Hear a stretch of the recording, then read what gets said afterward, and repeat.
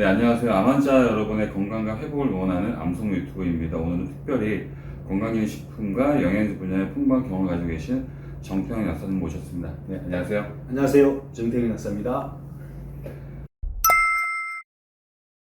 네, 암 환자가 건강기능식품을 먹어야 되나요? 그리고 부작용이 없나요? 라는 질문이 좀 많은데요. 이 부분에 대해서 설명 좀 부탁 좀 드리겠습니다.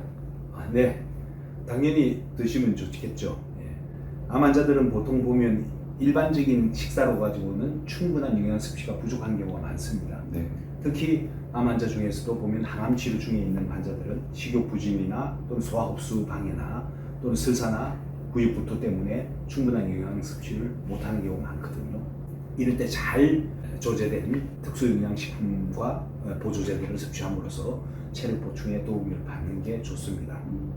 단 하나 이때 건강기능식품은 어디까지나 보충제, 즉 보조제 역할을 해야지 이 자체가 항암 치료에 큰 도움이 된다 또는 이런 쪽에 항암 치료제다 이렇게 보기는 힘들 것 같습니다. 네.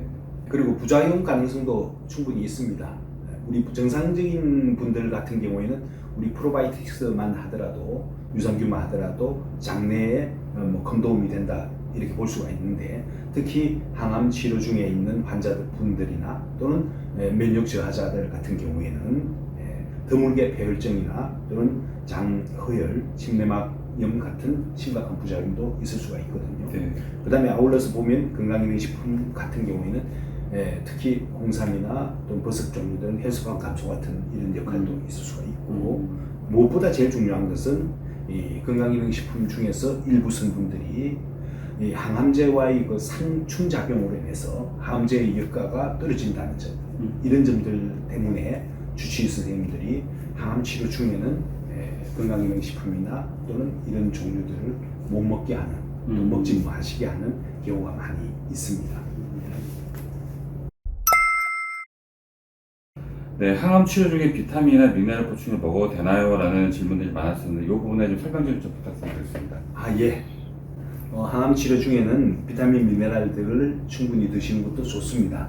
이 동전의 양면 같은데 사실상 보면은 항암 치료 중에 비타민, 미네랄들이 많이 부족하기 십상이거든요. 특히 항암 치료 중에 항암제 부작용이라든지 여러 가지 상황에 따라서 음식이 섭취가 좀 어렵다든지 또는 소화가 잘 안 된다든지 또는 변비나 설사 또는 구강 쪽에 있을 문제 때문에 여러 가지 음식 섭취가 부족해서 이럴 때 비타민이나 미네랄들을 충분히 섭취해 주는 것도 사실 큰 도움이 됩니다.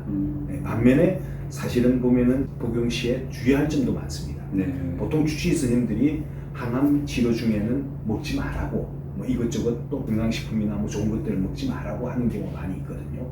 이런 경우는 대부분 다 보면 비타민, 예를 들어서 C나 비타민 E 같은 이런 종류들 뿐만이 아니고 베타카로틴 또는 엽산이나 이런 것들이 항암제와 상충작용이 있어 항암제의 효과를 떨어뜨리는 역할을 하는 경우가 많이 보고되고 있기 때문에 주치의 선생님들이 될 수 있으면 항암 치료 중에는 먹지 마라 이렇게 얘기를 많이 하시는데, 특히 건강식품 중에서는 우리 간독성을 유발하는 경우가 많이 있겠죠. 네. 그러니까 검증되지 않은 건강식품들을 드심으로써 간독성을 유발하면 또 기본적으로 보면 이 항암제들이 간독성이 어느 정도 있기 마련이거든요. 있는 경우 많습니다만은, 그렇다 보니까 주치의 선생님들이 약을 항암제를 줄일지 또는 다른 걸로 대체를 해야 될지 바꿔야 될지 이런 고민을 하는데 우연찮게 또 무분별한 건강식품으로 인해서 간독성을 더해주니까 판단하는데 애로사항이 많습니다.